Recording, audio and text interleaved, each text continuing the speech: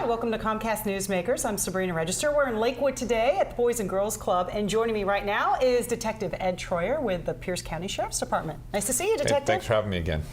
It's been a few months now, but I think everyone remembers very vividly in their mind the dramatic events that unfolded on New Year's Day, which left Mount Rainier National Park Ranger Margaret Anderson dead. Talk about the call that came in that day, and just from your perspective, what went down? Well, when the call came in, we knew it was going to be something big because there had been rangers shot up on Mount Rainier's original call, and there wasn't communication, so we only knew that it happened. We didn't know any of the details, so our guys started heading up there. The first ones up on the mountain that were armed, that went up into a situation that they didn't know what they were going to be getting into, and they quickly found out it was way up the mountain, so they were dealing with snow and ice and weather and an isolated area, so they had to think on their feet, and they had to put a game plan together, and they did some amazing things to get up there to get her out of the vehicle. Unfortunately, she was deceased, but it was a well-executed rescue plan, and then from there on out, we had this huge manhunt that we had to do on the mountain, some we've never done before, and we didn't have the equipment to do, so we had to borrow it from the rangers up there and move forward with the plan. And we'll talk about the equipment in just a second.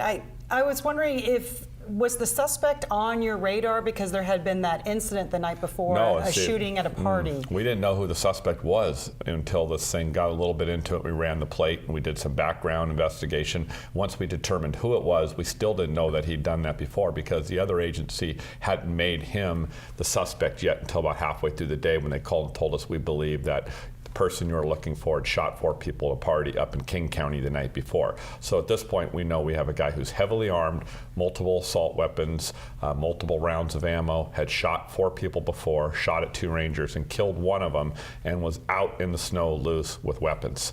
And already shot at us one time. So, and you also have campers and hikers up on Mount Rainier that you need to keep safe as well. There are so many things that happen up there that everybody doesn't know about yet that were successful. There are so many multiple agencies, federal, state, local agencies that converged on that and were able to make a really, really good operation happen fast because we had 100 and something people in the lodge that we had to lock down and make it look like they weren't there by putting snow on the steps and not allowing an entrance to be there and putting guards up on the roofs and people with these people armed, because if the suspect ran that way, it was less than a mile to the lodge, and then he has a place where he could take hundreds of people hostage, including kids, so we had to secure that. If you went a different way up the trail, we had groups of people out snowshoeing and hikers that we couldn't contact, that had no idea what was going on, that knew, we knew they were coming down off the mountain, so we had to send crews up to warn them and get them down. So it was very, very, very extensive operation.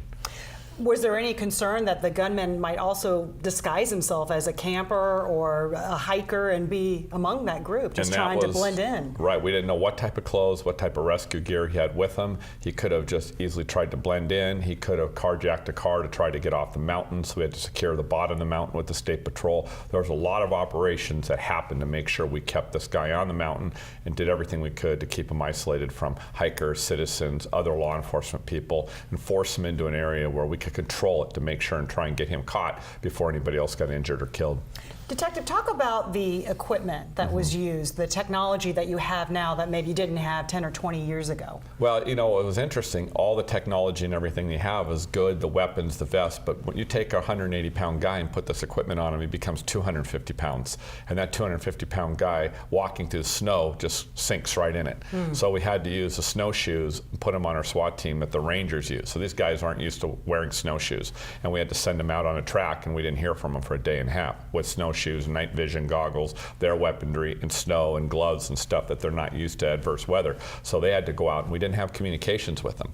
So we had to do relaying up and down to hear what they were doing until the operation was over. And so there was a lot of downtime hours where we didn't know what was going on. And so they were out there on their own. And eventually the suspect was found? Eventually, a couple guys that never left the mountain from the time it started a track. The suspect went in and out of rivers, up and down snows, and what he ended up doing is trying to lose our guys, but he got himself trapped in a river and he couldn't get out of the side banks, and we found him. Detective Ed Troyer, we're out of time. Right. We really needed 30 minutes. Yeah, we could do that sometime. Okay, All right. sounds good. Thank you. you. Thanks for watching Comcast Newsmakers.